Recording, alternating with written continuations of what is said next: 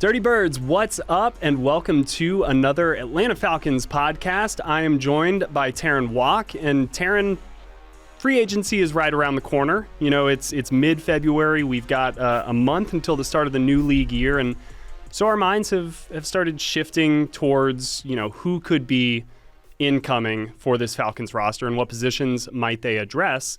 I think the top of anybody's list is going to start with the edge rush position, right? Like that is continually, I feel like the main thing each offseason that fans and media alike point to when it comes to the Atlanta Falcons. So fittingly, you just had a great piece go up on AtlantaFalcons.com naming 5 edge rushers in free agency who could make sense for the Falcons.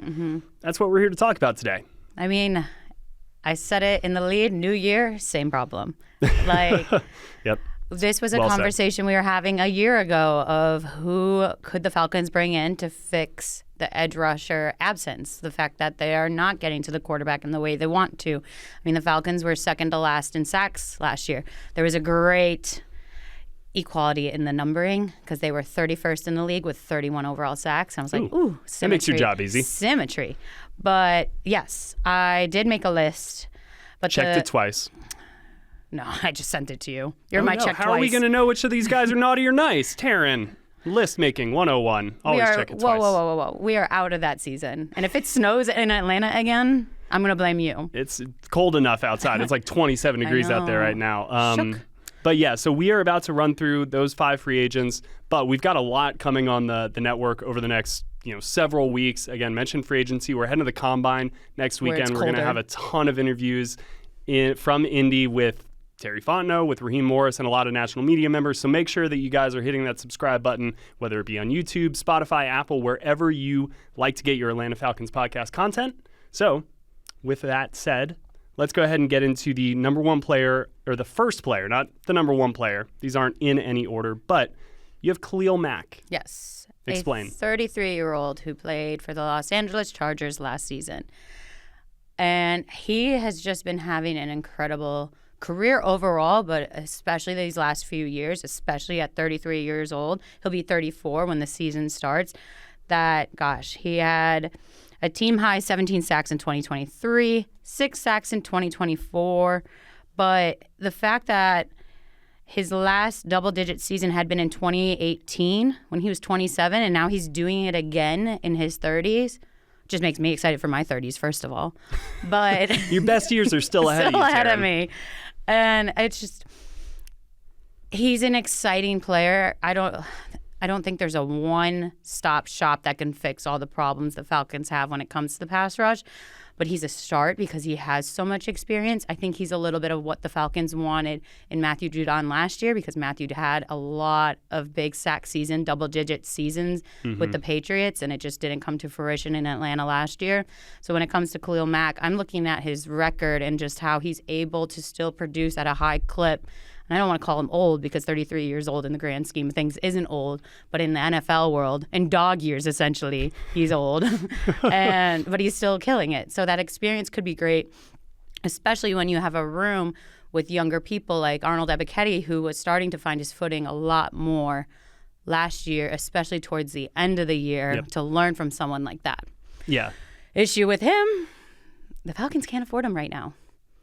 Well, that is going to be the big conundrum, right? And it's something that, as you and I were talking about this list on the forefront, it was kind of like too expensive. I just kind of want to sit here and say all of these guys are pipe dreams, just because at this point in time, the Falcons are in the red when it comes to their contract situations. So they're going to have to make some moves even to just get cap compliant, and then you're going to have to talk about freeing up some money to go after some of these big names.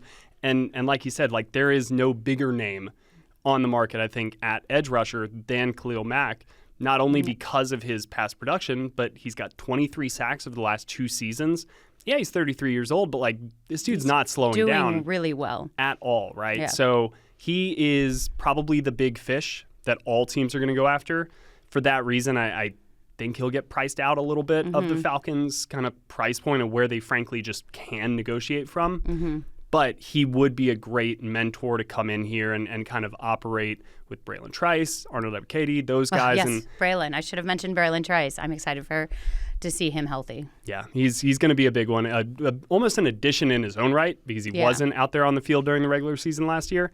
But Khalil Mack would be huge. He would be a little bit of a pipe dream. So let's go ahead and go to your second player on the list, and that is still kind of a pipe dream. Still kind of that. Like there's we're a still theme. shopping outside of my budget. There's a theme. Out of the Falcons' budget. But I feel like we can relate now. Our budgets are small. You never did that like in elementary school when they give you like $5 and to take you to Walmart and they're like, all right, we're teaching you how far money goes. You never had one of those. No. You were just like, I'm buying a car That's with my $5. currently my regular life. Here we go.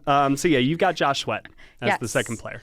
Just coming off a Super Bowl win. Yep. Not just a Super Bowl win.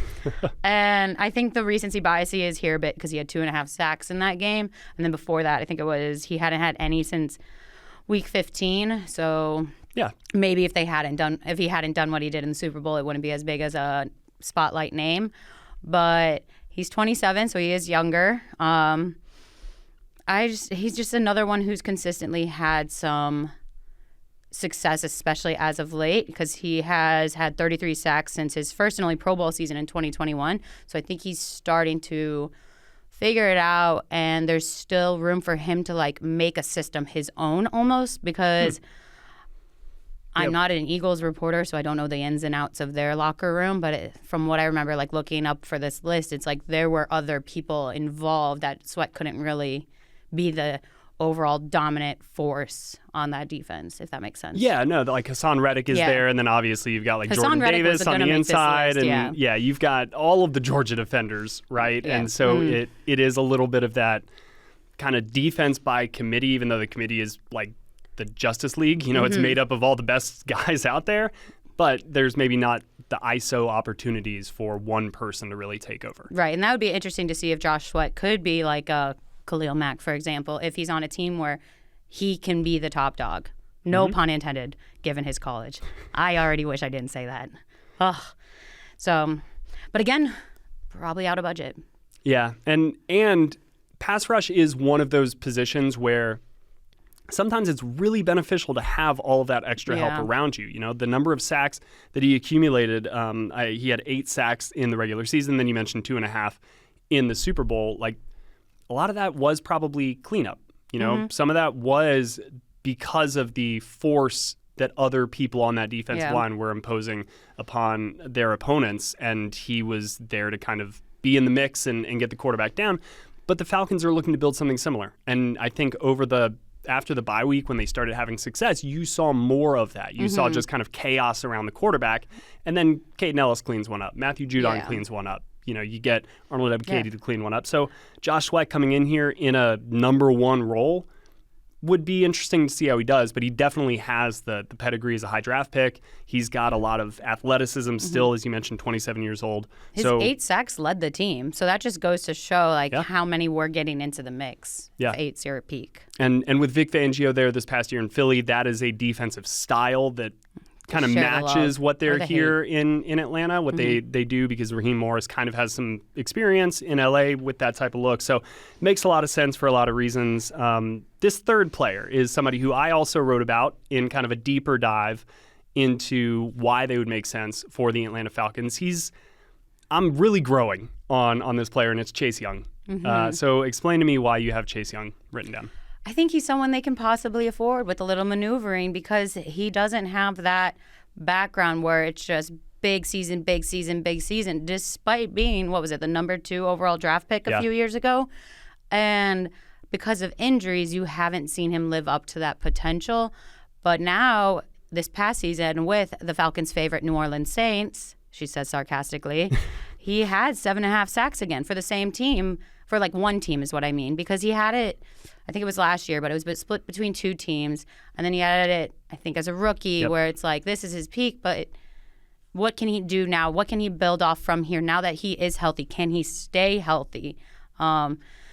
And with one team, again, is the point. So I think he's someone who could come in, show whether or not he can keep up to that or even improve from last year, which I think is the most important thing for right now for him, is to show he can be better than last year when he was healthy, and now build off of that and finally show like, okay, this is why I was such a top draft pick. And the Falcons could be a place for that if they can get him on a 1-year deal, see what he's worth, and then build off of that, potentially. We're talking in the future. I don't know. Don't want to look into 2026 when 2025 isn't even here. We don't have crystal balls. There's a lot of opportunity, I think, for Chase Young. Absolutely. And if you look at the way that New Orleans kind of structured that deal, it was 1 year, $13 million, but the actual contract itself had like 3 or 4 void years attached to that where they prorated out his signing bonus, and then next year is actually going to be the bulk of his cap hit when he's not even on the team. So if you're Atlanta and you're looking at limited financial resources for 2025, but a lot of players on this roster are set to hit free agency next year, you could potentially open up the cap space to maybe eat a bigger portion of Chase Young's contract. If you say, hey, come here, here's how we're going to set up the contract. We're going to make sure you get paid, but it might be just 1 year removed from this year when you sign your deal. And he was in a situational role. Like, he didn't have a start for the game or for the Saints last year. He didn't start a single game, but he finished 6th in overall pressures. He was 11th, I think, in pressure rate, and he was 11th in his get off time. So it was like 0.83 seconds was his get off. So like all of that is pointing to somebody who is still explosive, somebody who knows how to get to the quarterback. Like, he is maybe not the generational player that a lot of draft experts kind of tabbed him as coming out of Ohio State, but he's still a really good player. He's 25 years old too. Like, exactly. This Band-Aid could turn into a full recovery fix. Okay, that analogy wasn't working the way I wanted it could to. just be a long-term solution, right? That's your Airbnb could be your dream home. You buy your Airbnb. Yeah, there you go. Your rental car is your lease just is the turning one into love. a loan. Yep, I love that.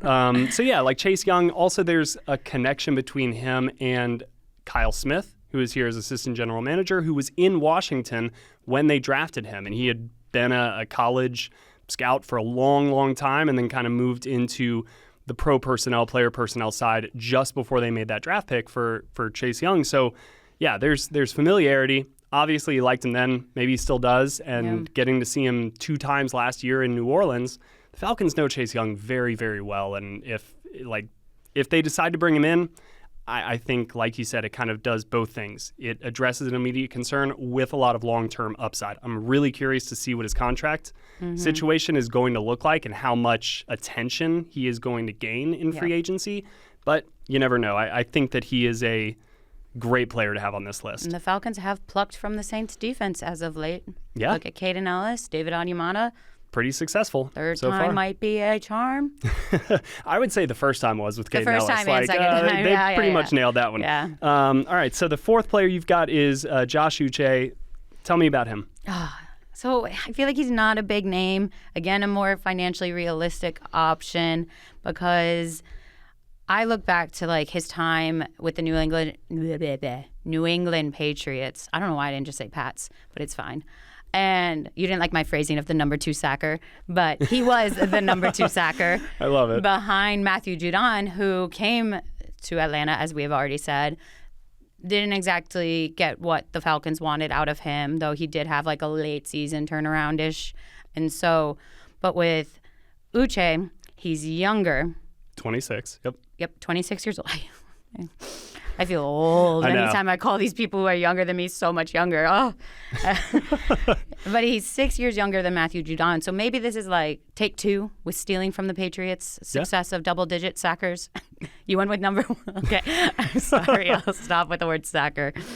We're trying to add. Yeah. We're trying to add something to the dictionary. So I hope Webster's, you guys are watching. I think he can still be a great sack producer, because he had 11.5 sacks in 2022, which was only his 3rd year in the league. It was the only one behind Matthew Judon, as I already said, number 2 sacker. I will one day mature. It's just like it is so ingrained in your brain right now. I love this. It's just funny. It's like when you tell somebody don't think about an elephant, and then they can only think about an elephant. That's what we have going on right now. It didn't make the story, so the people have to enjoy it now. Yep. We just had this conversation, so that's why this is funny, and no one else might find it funny, but I find it funny. I find it hilarious. But yes, this is a potential pick kind of thing. Like you're taking a chance on someone who has shown flashes of success before, and maybe now he can do so again. He's younger, as I've already said. I don't know. It's a risk a bit. It's trying to go to TJ Maxx and find a Lululemon. Okay. So, yeah. You can't afford it at the store itself, so you're going to a discount shop hoping you find it. Yeah, and you're hoping maybe, like, if you get it, nobody's going to be like, I saw that at TJ Maxx. Right? Yeah, nobody's going to know. Nobody's going to know. You're just going to walk out and be like, man, I got this as a steal. Yeah. As a steal. You suckers. Uche could be a steal. Yeah, he could be. But, like, there's risk, as you mentioned. Like, he's the most flash-in-the-pan player I think you have on this list. 2 sacks last season isn't great. Yeah, like, outside of that 11.5 sack season, the numbers are kind of paltry. But he is almost the best example of a situational pass rusher that you have among these 5, because he would be a player that you're bringing in purely on third down. Like, he's not going to give you a lot in the run game. He's not going to give you a lot in terms of just like eating up blocks to then allow Caden Ellis to get free.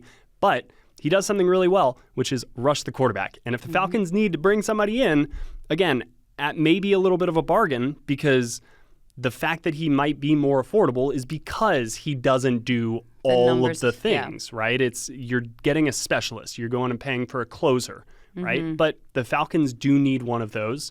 And if you hit, like you mentioned, like you're getting a double-digit sack guy. That would be huge for Atlanta. So Josh Uche is an interesting swing, but I definitely think, again, he's more in line probably with the players that Atlanta is really looking at for the affordability reason. And with that, there's going to be some upside and some downside. The last player that you have on this list is an in-house candidate. I'm fascinated by the fact that you didn't go with, I think, the player everybody else would say, okay, if we have a free agent option in-house that you should bring back, to me it would be Matthew Judon. I think I'm just hurt. But to you, by like the fact that these older veteran players came in on such splash deals and didn't exactly live up to what the Falcons wanted. So this is more of me being like, this guy has been here for a while now. Like, you almost know what he's capable of. You know his strengths, and you can like pinpoint those and build off of those more so than bringing someone in and trying to tailor to them. Yeah. Like, so build this defense together rather than around someone. You can't afford, like we already said, the Khalil Mack. So if you have to make, I don't want to use the bad news bears. That's a terrible way to go with this, because it's not a bad defense. It's just like, build what you can. Make a great team rather than great individuals. You want the whole to be greater than the sum of the individual parts, right? Like that's what you want, the collective to be better than any one individual. Right. Like a great average rather than a really insane outlier mean. Yeah. So you've got Lorenzo Carter as this last player instead of Matthew Judon, which is, again, interesting because his sack totals have decreased since he's been here in Atlanta. I wrote his name down and then I saw that and I was like, all right, we're sticking with it. But it's not always all about sacks. Yeah. And I think he is an underrated run defender. I think his ability, his like agility almost on the defensive line, it's not something we often equate to defensive linemen or even edge players, but like I saw him a couple of years ago just like sidestep a tight end, almost like he was doing a Euro step on the basketball court, and then make a tackle for a loss. And I was like, I will take that every single day and twice on Sunday. Yeah. Like, let's do that. So for the familiarity and the continuity reasons that you mentioned, and just the other aspects that Lorenzo Carter brings, like he's the opposite of Uche. He does hold up in the run game. You can have him in there on early downs and substitute him out. So he makes sense. Yeah. I'm glad you think so. After the whole preface of you didn't pick who everyone else would have, I was like, oh boy. But also, selfishly, I would love to tell the story about his family's farm, so I need him back in Atlanta. That's true, yeah. So we're not even going to spoil that one. You guys are going to have to wait and see on that. Were there any other edge rushers as you were kind of building out this list that you really wanted to include or debated between and ultimately left off? Hassan Reddick, who you already mentioned, but the only reason I didn't include him is because the argument is basically the same as Khalil Mack. Price tag, yep. Yeah. And also, he's like old hat when it comes to the Atlanta Falcons. We've been talking about Hassan Reddick for the last 2 off seasons. We've had enough of Hassan Reddick conversation. Watch him be the one that ends up here. Sorry, Hassan. Just looking at like the list now, Jaron Reed, former Alabama guy. Okay. That's all I got to stand on. Yeah, you love it. You love a Tide player, don't you? Marcus Davenport would be interesting. Another former Saints player who I covered, but spent last season with the Lions. Mm-hmm.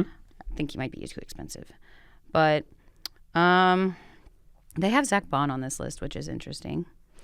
He's that dude's gonna get paid. Yeah. So he's like Caden Ellis 2.0 in New Orleans. He like, is. Whoever's the third person behind Demario Davis is just apparently growing into a great linebacker. It's the ultimate incubator. Yeah, it's crazy. Just like learn under him and then go do the things that like he can't do. Caden Ellis, now Zach Bond. It's like, woo. All right, who's next in that line, and get him later. Yeah, I'm looking at I think Malcolm Kuntz, who was with the Raiders. He was hurt last year, but before that, he had a really, really strong end to the 2023 season. Maybe that injury lowers his price tag a little bit. And then Turner, Tano Passignon, both New Orleans guys again, who I covered, but you love to see the Saints migration over here into It's Atlanta. not even the Saints migration. It's I remember those who I covered. Because we were talking about this earlier in a completely different meeting that no one on this podcast was involved in, and editorial roles. And I'm like, I just get involved in the team that I'm covering. Yeah. Like, it's hard I not covered to. you once. It's impossible not then, to. Yeah. And so these are why these names sound so familiar. Shaq Thompson from Carolina. I need to get out of the NFC South. Azeez Ojulari was a player, again, last year a lot of people were looking at from an Atlanta perspective. Mm-hmm. He's another one kind of in that Uche realm where he is really just a pass rush specialist. He's not going to be out there all 3 downs.